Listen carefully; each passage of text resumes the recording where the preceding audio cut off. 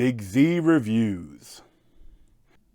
Antlers is a new horror film that came out recently, and it has some interesting stuff, but it wasn't one of the better horror films I've seen recently. It was okay. Can anyone give me an example of a myth or a story they're afraid of?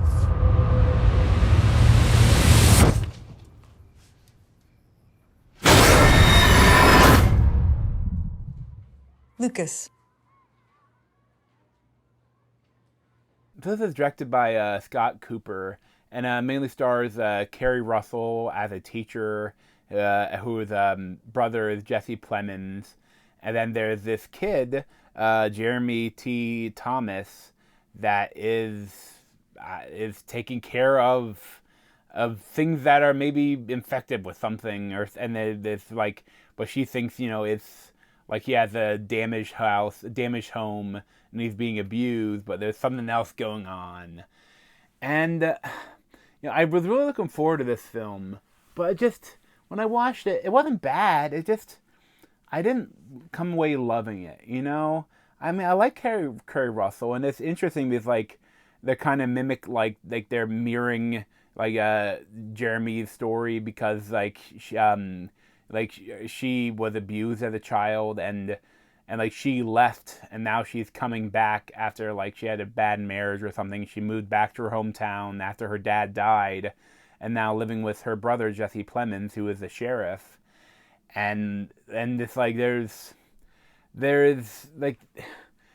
some interesting stuff there. They do some flashbacks, but I almost feel like if they wanted to do flashbacks, I wish I would have known more of what happened or what her rest of her life was. Because she has flashback, a couple of flashbacks of her father being weird, but and there's some really interesting stuff, because she says yeah, I stayed, you don't know what I went through. Jesse Plemons says to her, you left. And so he must have abused him too. But there's some interesting stuff that I wish they would have gone more into. But there's, but this family, this Jeremy, as Lucas Weaver, his dad is a meth head, and he's cooking up meth in the mine, an abandoned mine, and his little brother is in the car waiting for him, and he goes into the mine after he hears noises, and there's some being with antlers living in the mine that kills the one friend he was cooking with, and then does something to him. And then he's you don't know what's going on, but he's goes home, he finds he kills the skunk and takes it home to feed his dad and brother.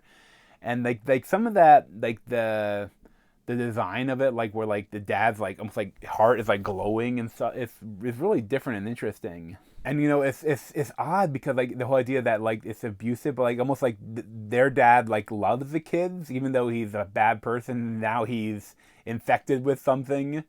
I think it's is it the Wendigo or something like that? I forget what exactly it's called, but that's not what it call. I don't think they call it that in this, but there's a lot of interesting stuff. It's just when the monster comes out, there's some cool design. You don't see too much of it, but there's something. One of the goofiest scenes, I never was that scared. I never felt it was that scary. But at a certain point, they adopt the kid, and they're trying not adopt him. They take him home. It's the stuff is revealed, and then the dad comes to take the kid back as this monster. And slight spoiler, but not, it doesn't really matter for the film. But there's this scene where a character comes to the garage and looks in at the shed, and sees the other kid that's kind of infected too, and then it's he's gored by the monster. Then another character comes, looks at the dead guy, what the hell, and then they're gored. Another character comes and looks at what the hell, and and then she they do the same sort of scare multiple times in a couple of minutes, and it's gee, you could have done it some other way. But Kerry Russell, she really is the core of this film, and I liked her. It's just that they there just wasn't that much here. Like I wish there was more delving into like stuff that's going on. But as it ends, it just kind of like it wasn't campy, but like I think it could have been a lot campier if they wanted to embrace it. But instead they tried to be very dark, and I think that it was like it took itself too seriously almost. But if they want to take more seriously, you had to get more in depth with like the trauma, but they don't. But I didn't hate it. It was just kind of fine, you know. I wouldn't recommend to see it in theaters, but if you see it on some streaming service coming up, it definitely, I think it'd probably be worth a watch. But I'd probably give it like a 7 out of 10. But thanks for watching. If you want to see more of me, you can subscribe down below. Thanks.